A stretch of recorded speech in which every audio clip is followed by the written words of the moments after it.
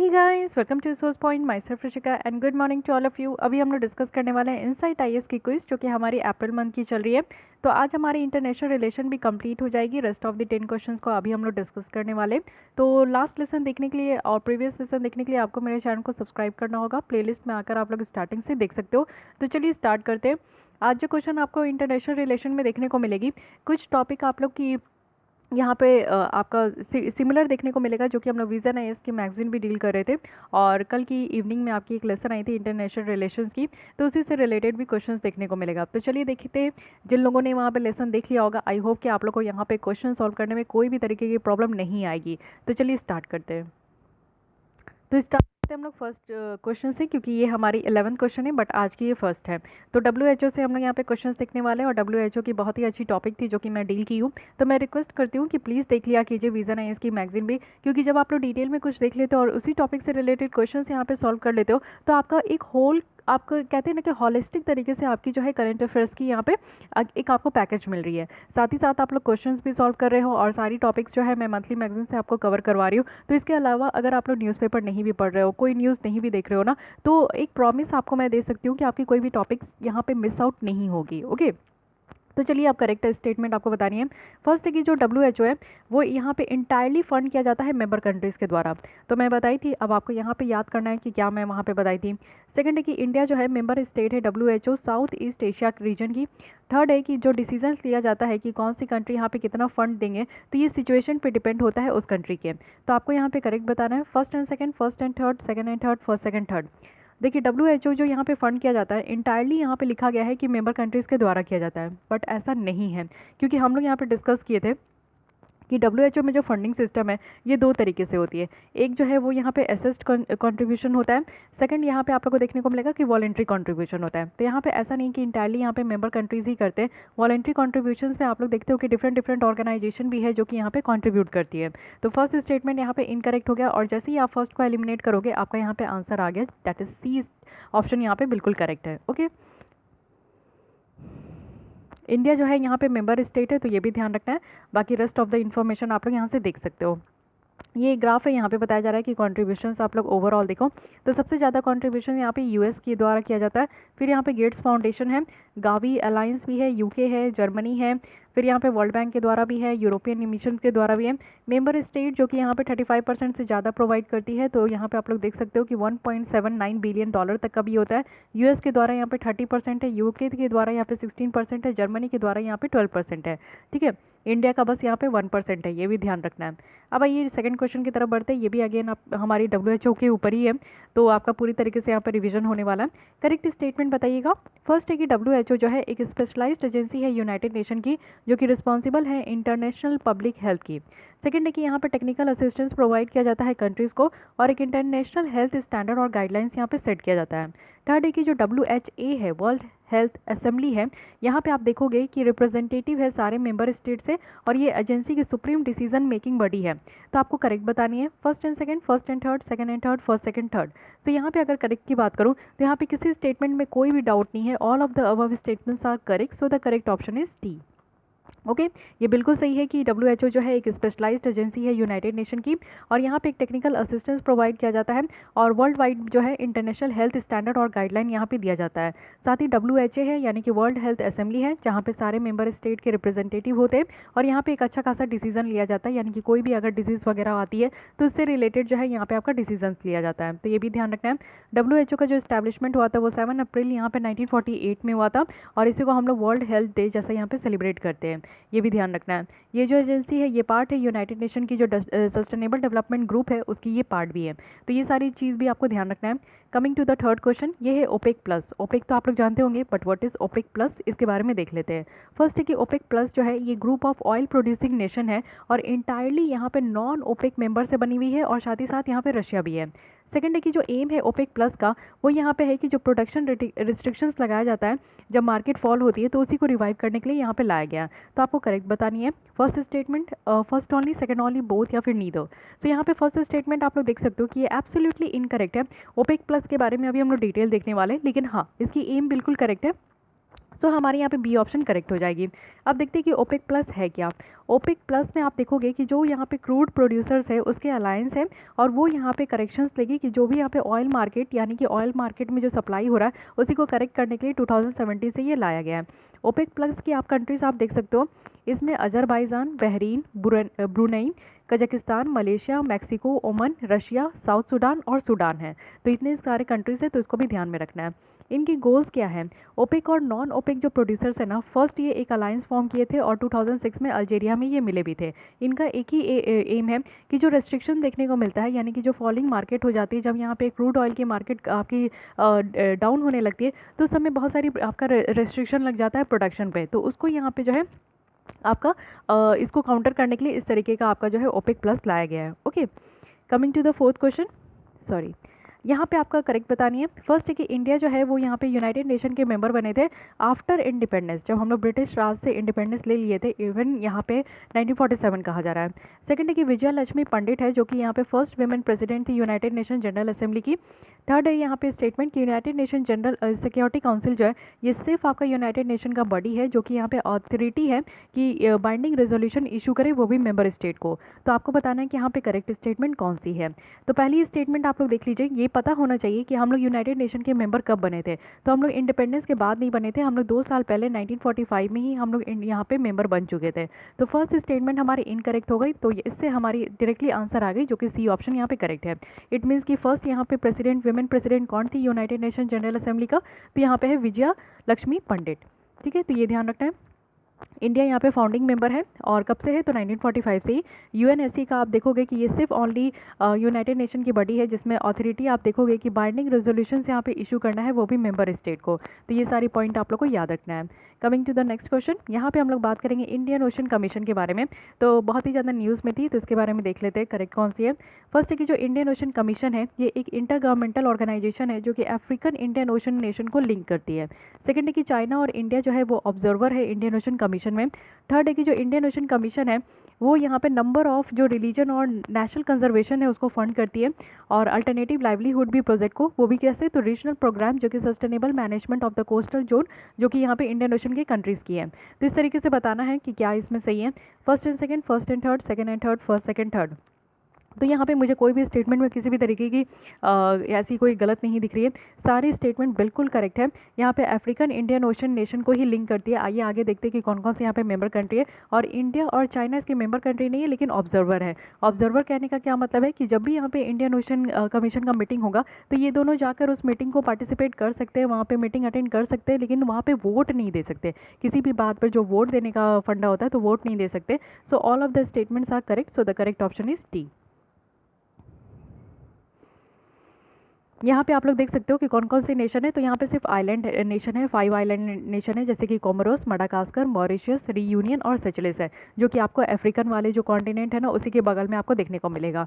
साथ ही यहाँ पे 5 ऑब्जर्वर भी है, इंडिया चाइना के अलावा यहाँ पे माल्टा, यूरोपियन यूनियन और ऑर्गेनाइजेशन इंटरनेशनल ये भी है। ठीक है, कमीशन का जो यहाँ पे गठन हुआ था 1982 में हुआ था पोर्ट लुइस में, मॉरिशस में, और यहाँ पे जो इंस्टीट्यूशनलाइज्ड हुआ था 1984 में हुआ था। इसकी भी सेक्रेटेरिएट भी यहाँ पे मॉरिशस में है, और करेंट जनरल सेक्रेटरी आप देखोगे तो हमादा मादी है। इसके बारे में भी ध्यान रखना है। ऑब्जेक्टिव क्या है कि पॉलिटिकल और डिप्लोमेटिक कॉपरेशन होना चाहिए, इकोनॉमिक एंड कमर्शियल कॉपरेशन होना चाहिए, सस्टेनेबल डेवलपमेंट इनका यहाँ पे एक फंडा है।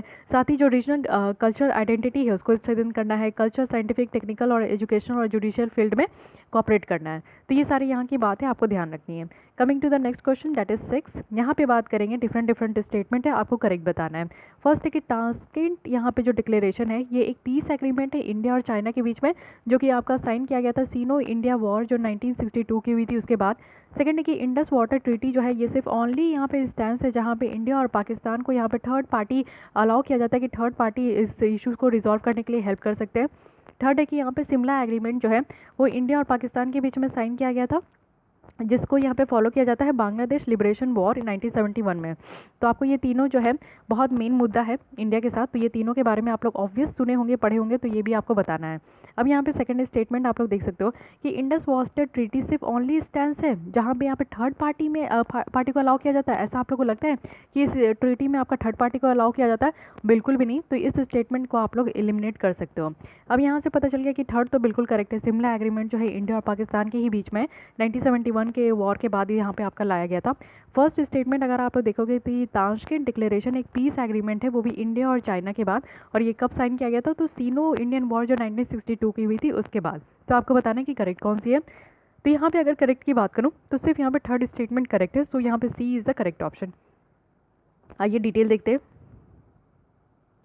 देखिए ऐसा बहुत सारा आपको यहाँ पे इंसिडेंट्स देखने को मिलेगा जहाँ पे इंडिया और पाकिस्तान जो है थर्ड पार्टी को अलाउ किए हैं। तो ये है इंडस वाटर ट्रीटी है, रन ऑफ कच्छ अकॉर्ड है, और यहाँ पे 1965 का जो इंडिया पाकिस्तान आपका वॉर हुआ था, तो ये भी ध्यान रखता है। शिमला एग्रीमेंट के बारे में बिल्कुल सही है, लेकिन ताशकेंट डिक्लेरेशन अगर देखें तो ये पीस एग्रीमेंट है, वो भी इंडिया और पाकिस्तान के बीच में, ठीक है, ना कि इंडिया और चाइना के बीच में। सेवन्थ क्वेश्चन में आते हैं, ये है global anti microbial resistance research and development hub. तो ये क्या बातें किया जा रहा है? ओह सॉरी मैंने आंसर ही दिखा दी। खैर कोई नहीं, चलिए कभी कभी भूल ही जाती हूँ। फर्स्ट है कि ग्लोबल एंटी माइक्रोबियल जो resistance research and development hub है, इसका एम है कि कंट्रीज़ को यहाँ पे हेल्प करना है और कि वो यहाँ पे डिसाइड कर सके कि रिसोर्स का एलोकेशन कैसे करना है रिसर्च एंड डेवलपमेंट के लिए, वो भी एंटी माइक्रोबियल रेसिस्टेंस का। सेकंड है कि यहाँ पे रिसेंटली इंडिया जो है वो ज्वाइन करी है ये इस तरीके के हब को एज ए न्यू मेंबर, और इंडिया जो है उस कंट्रीज़ में है जहाँ पे हाईएस्ट बैक्टीरियल डिजीज़ बर्डन है वर्ल्ड में। ऑब्वियस है हमारे यहाँ कितना ज़्यादा बर्डन है इस तरीके के बैक्टीरियल डिजीज़ का, तो इसलिए अब जाकर हम लोग इसके मेंबर बने हैं। तो एंटी माइक्रोबियल रेसिस्टेंस जो है इसका मतलब क्या होता है? एंटी माइक्रोबियल रेसिस्टेंस कहने का मतलब है कि जब आप लोग यहाँ पे कोई भी मेडिसिन लेते हो, जैसे टीबी की बीमारी है, आप लोग यहाँ पे मेडिसिन ले रहे हो टीबी की, थोड़ी मेरी वॉइस को इग्नोर कीजिएगा क्योंकि मुझे कफ एंड कोल्ड हो रखी है, तो थोड़ी सी बोलने में प्रॉब्लम हो रही है, इसलिए बीच बीच में मैं रुक भी जा रही हूँ। लेकिन यहाँ पे टीबी की बीमारी है आपको, तो टीबी के लिए क्या कहा जाता है कि फर्स्ट आपका 6 मंथ का कोर्स होता है। अगर आपने ये 6 मंथ की कोर्स आपने कंप्लीट कर ली तो वेरी गुड, उसके बाद आपका फिर से यहाँ पे कोर्स होता है। तो ऐसा क्या होता है ना कि लंबे समय तक आपको मेडिसिन लेना होता है। तो हमारे बॉडी में भी कुछ बैक्टीरिया ऐसे एग्जिस्ट करते हैं कि जब हम लोग इस तरीके की आउटपुट लेते हैं, इस तरीके का मेडिसिन लेते हैं, तो हमारे बैक्टीरिया ना उसको कंज्यूम करते करते क्या होता है ना कि वो उनके जो है एक तरीके से एडिक्टेड हो जाते हैं। तो फिर कुछ समय के बाद जो है इस तरीके की मेडिसिन जो है हमारे बॉडी में जो बैक्टीरिया है उनको ये फ़र्क नहीं पड़ता है इस मेडिसिन से लेने में, तो डॉक्टर्स क्या करते हैं डोज बढ़ा देते हैं, हाई डोज करते हैं, पावर भी बढ़ा दिया जाता है। तो फिर अलग तरीके के मेडिसिन हम लोग लेते हैं, तब उससे फिर बैक्टीरिया किल होते हैं, लेकिन कुछ समय के बाद फिर वो हम दवा जो है हमारे बॉडी में भीग जाता है, हमारे बैक्टीरिया फिर उससे रेसिस्ट हो जाते हैं, उनके ऊपर कोई फ़र्क नहीं पड़ता। तो इसको कहते हैं एंटी माइक्रोबियल रेसिस्टेंस। तो इसके ऊपर जो है ना बहुत ही भयंकर लेवल पर रिसर्च एंड डेवलपमेंट किया जाता है ऑल ओवर द वर्ल्ड में। तो इंडिया भी चाहती है, क्योंकि हम लोग को टीबी एलिमिनेट करना है, बैक्टीरियल डिजीज़ बहुत सारे हैं जिसको एलिमिनेट करना है, लेकिन कर नहीं पा रहे हैं, तो इसलिए इंडिया इसको ज्वाइन की है और एक अच्छा खासा रिसर्च एंड डेवलपमेंट हब में हमें पार्टिसिपेट किया जाएगा। हम लोग सीखेंगे, समझेंगे और इस तरीके से एलिमिनेट भी करेंगे। तो आपको करेक्ट बताना है, तो यहाँ पे तीनों स्टेट में बिल्कुल करेक्ट है, so D is the correct option. Okay,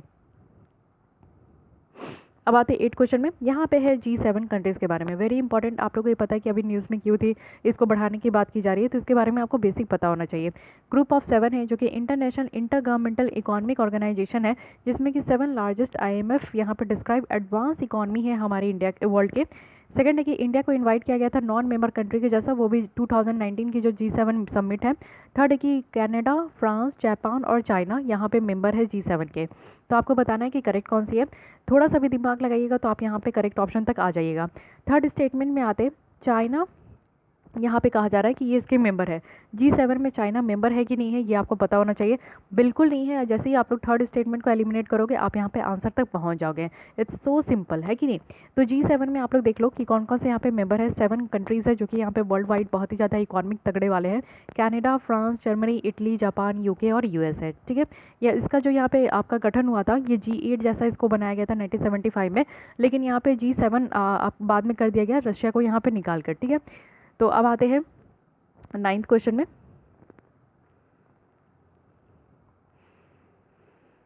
यहाँ पे है पेज सेटर फंड के बारे में। तो यहाँ पे आपको करेक्ट बताना है, ये भी हम लोग PT 365 में डिस्कस किए थे। तो ये आपका जो है जॉइंटली फंड किया जाता है, कैपिटलाइज किया जाता है गवर्नमेंट ऑफ इंडिया और जापान के द्वारा।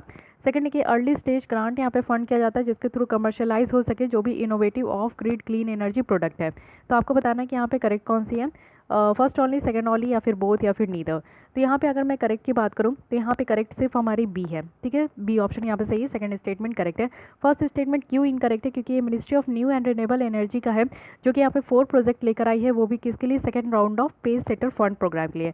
पेज सेटर फंड जो है ये आपका कॉन्स्टिट्यूशन ये आपका बनाया गया था इंडिया और USA के द्वारा 2015 में, तो याद रखिएगा। और यहाँ पे आपका जो है 50 करोड़ इंडियन रुपीज़ में और USD डॉलर में आप देखोगे 7.9 मिलियन फंड है जो कि यहाँ पे गवर्नमेंट ऑफ इंडिया और यहाँ पे US के द्वारा रखा गया है। ये फंड आपका जो है इसको मीन्स ऑफ ग्रिड जो यहाँ पे क्लीन एनर्जी प्रोडक्ट है, सिस्टम है, बिजनेस मॉडल है, उसमें ये खर्च किया जाता है। Coming to the last question of the day, यहाँ पे आपका है report by the World Resource Institute on global food wastage के ऊपर। करेक्ट बताना है।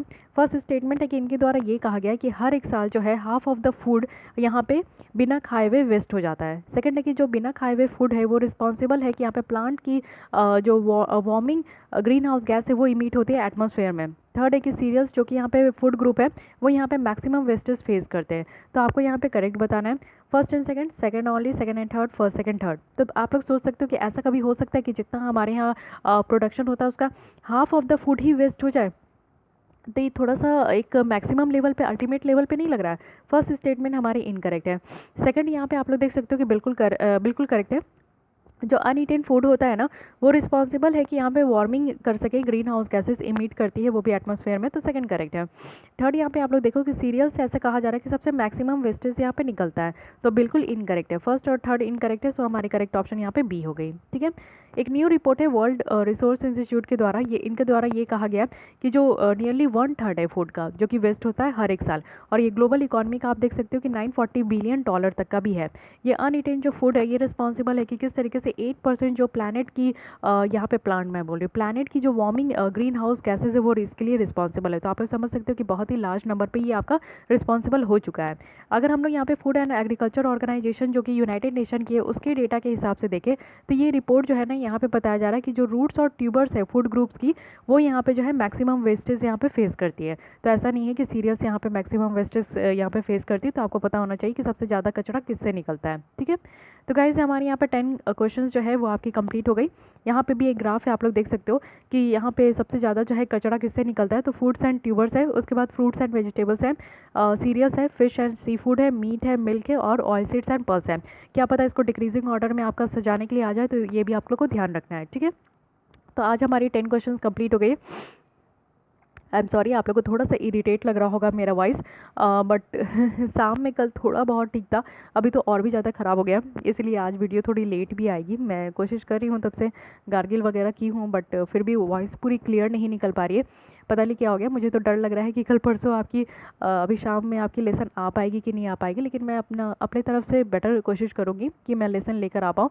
लेकिन अगर लेसन नहीं आ पाती है तो प्लीज़ समझ जाइएगा कि मेरी वॉइस ठीक नहीं है, मैं रिकॉर्ड करने की कंडीशन में नहीं हूँ, क्योंकि जब तक मेरी वॉइस खुल पा रही है, मैं बोल पा रही हूँ, मैं यहाँ पर लेसन लेकर आ पा रही हूँ, क्योंकि आप लोग की कंटिन्यूटी यहाँ पर डिस्टर्ब नहीं होनी चाहिए, ये सबसे ज़्यादा मैटर रखता है।